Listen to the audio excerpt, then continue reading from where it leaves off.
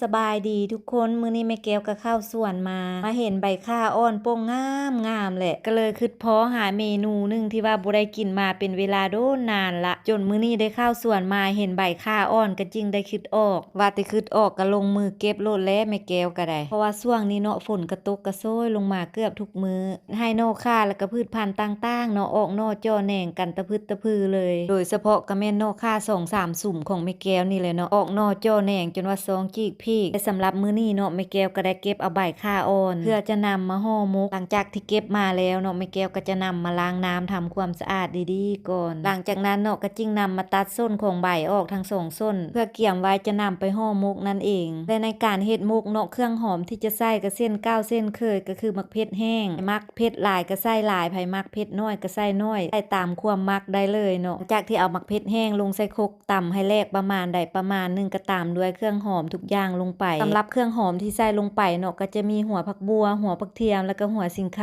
ตามเครื่องหอมทุกอย่างให้แลกแล้วก็ตามด้วยการใส่ซีนหมูลงไป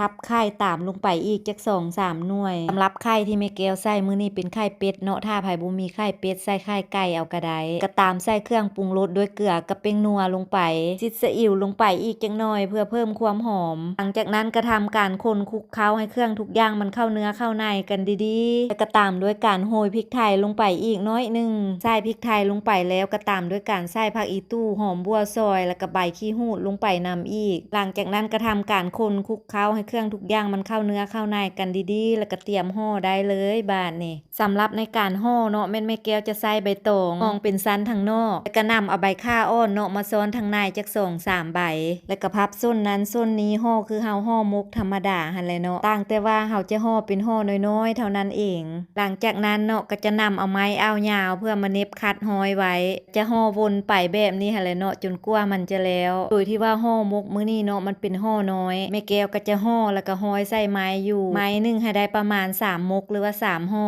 แม่แก้วก็จะห่อซ่าๆให้เบิ่งเนาะเพราะว่ามีน้องๆหลายคนเนาะเพิ่นได้ขอแม่แก้วเข้ามาว่าให้แม่แก้วสอนวิธีห่อหมกแบบซ่าๆให้เบิ่งแด้ว่าซั่นเพราะว่าเห็นแม่แก้วเฮ็ดห่อหมกแต่ละเทื่อห่อหมกของแม่แก้วคืองามแท้เพิ่นว่าเห็นแม่แก้วห่องามเนาะน้องๆเพิ่นก็เลยอยากเฮ็ดตามเอาเป็นว่าสำหรับคลิปวิดีโอนี้แม่แก้วได้ห่อซ่าๆให้เบิ่งแล้วเด้อหวังว่าซ้ำนี้เบิ่งแล้วก็คือสินำไปเฮ็ดตามได้แล้วเนาะใช้เวลาห่ออยู่ดนเติบในที่สุดก็แล้วห่อหมกของแม่แก้วมื้อนี้นะห่อไปห่อมาก็ได้อยู่หลายเติบเนาะได้อยู่4 ไม้พุ่นเด้นี่ไม้ละ3 มกเนาะ4 ไม้ก็ได้อยู่12 มกพุ่นได้นี่นะหลังจากที่ห่อแล้วแบบนี้เนาะถ้าผู้ใดบ่อยากนำไปปิ้งไฟก็สามารถนำไปนึ่งเอาก็ได้แต่สำหรับที่แม่แก้วเฮ็ดมื้อนี้เนาะแม่แก้วจะนำมาปิ้งไฟเอาเพราะว่าจุดพิเศษของแม่แก้วเนาะจะมักกินมกแบบปิ้งไฟเอาหลายกว่าเพราะคิดว่ามกที่เฮานำมาปิ้งไฟเอานี่นะมันมีความแซ่บความหอมหลายกว่าเฮานำไปนึ่งเอาหั่นนะอันนี้ก็เป็นความมักส่วนตัวเนาะถ้าไผสะดวกแบบใดก็สามารถเฮ็ดแบบนั้นเอาได้เลยใช้ไฟ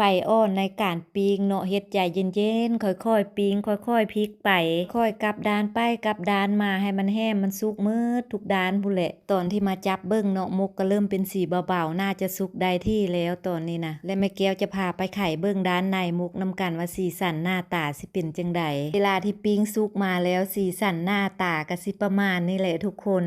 เวลาเปิดมกออกมานะหอมกลิ่นใบข่าเอาแท้เอาว่าส่วนมกก็เป็นเนื้อนุ่มๆเด้งๆเลยทุกคนเป็นตาแซ่บขนาดเลยสำหรับเมนูนี้เนาะขบวนการในการเฮ็ดก็สิอ้าวยุ่งยากแดจักหน่อยแต่บอกได้เลยว่าเรื่องรสชาติเนาะมันแซ่บแฮงทั้งแซ่บทั้งหอมใบข่าเลยแหละบ่เชื่อพากันไปเฮ็ดกินลองเบิ่งเด้อทุกคนถ้าได้กินแล้วรับรองว่าจะติดใจมีการเฮ็ดครั้งที่2เกิดขึ้นแน่นอนเป็นจังใดทุกคนสำหรับเมนูมกซีนหมูใส่ไข่ห่อใบข่าของแม่แก้วมื้อนี้สีสันหน้าตาเป็นตาแซ่บตากินตาซีมอยู่บ่มาเด้อทุกคนมากินข้าวบ่ายมกซีนหมูใส่ไข่ห่อใบข่าแซ่บๆนำแม่แก้วนำกันสิมีไผสนใจมากินเมนูบ้านๆแบบนี้นำแม่แก้วอยู่บ่เนาะถ้ามีไผสนใจมาเด้อครัวแม่แก้วยินดีต้อนรับเสมอสำหรับคลิปวิดีโอนี้ขอจบเพียงเท่านี้แล้วพบกันในคลิปใหม่ก่อนไป